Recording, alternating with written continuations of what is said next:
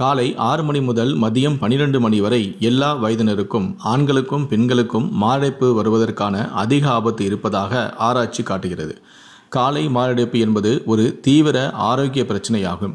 இது உடனடியாக கவனிக்கப்படாவிட்டால் ஆபத்தான விளைவுகளை ஏற்படுத்தும். எனவே இந்த அபாயகரமான இதய நிலைக்கு பின்னால் உள்ள காரணங்களை புரிந்து கொள்வது மற்றும் சரியான தடுப்பு நடவடிக்கைகளை மேற்கொள்வது காலை மாரடைப்பு நிகழ்வை கணிசமாக குறைக்கும்.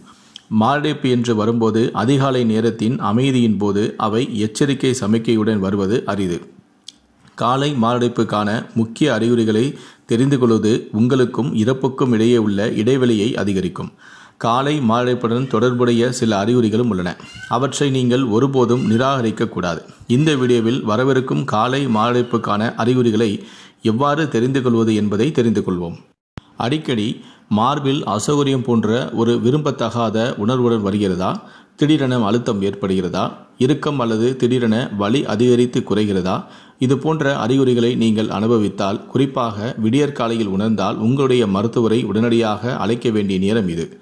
மூச்சு திணறலுடன் கூடிய காலை நேரமானது உங்களின் கடைசி இரவின் அறிகுறியாகவும் இருக்கலாம்.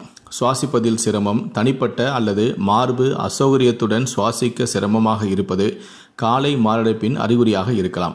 உங்களின் மூச்சு திணறல் திடீரென மோசமடைந்தால் உடனடியாக மருத்துவரை பார்க்க வேண்டிய நேரம் இது. குமட்டல், எதுகளிப்பது அல்லது அஜீரணம் போன்ற உணர்வுடன் எழுந்திருக்கிறீர்களா? இந்த குடல் பிரச்சனைகள் அதிகாலையில் மாரடைப்பு வருவதற்கு முக்கிய அறிகுறியாக இருக்கலாம். இந்த பிரச்சனையின் பிற அறிகுறிகளுடன் குடல் உணர்வுகள் தோன்றுவது நீங்கள் உடனடியாக மருத்துவரை சந்திக்க வேண்டியதற்கான அறிகுறியாகும். நீங்கள் படுக்கையில் இருந்து எழும்போதே சோர்வாக உணர்வது காலை மாரடைப்பை குறிக்கும் அல்லது குறிப்பிடத்தக்க அடையாளமாக இருக்கலாம். உங்களுடைய படுக்கை உங்களுக்கு போதுமான ஓய்வை வழங்கவில்லை என்றால் இந்த நிலை பற்றி நீங்கள் மருத்துவரிடம் ஆலோசிக்க வேண்டியது அவசியம்.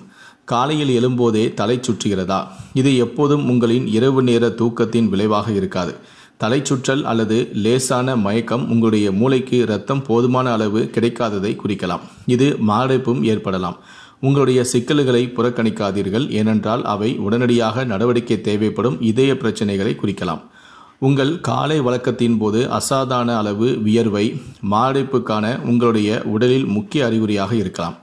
எந்த நேரமும் இல்லாமல் நீங்கள் அதிகமாக வியர்த்து கொண்டிருந்தால் அது மார்பு அசௌகரியம் அல்லது மூச்சு திணறல் போன்ற பிற அறிகுறிகளுடன் இருந்தால் அது மாரடைப்பு வரப்போவதற்கான அறிகுறியாக இருக்கலாம். காலையில் 1 அல்லது 2 கைகள், முதுகு, தோள்கள், கழுத்து, தாடை அல்லது மேல் வயிற்றில் சில அசௌகரியங்களை நீங்கள் அடிக்கடி அனுபவிக்கிறீர்களா?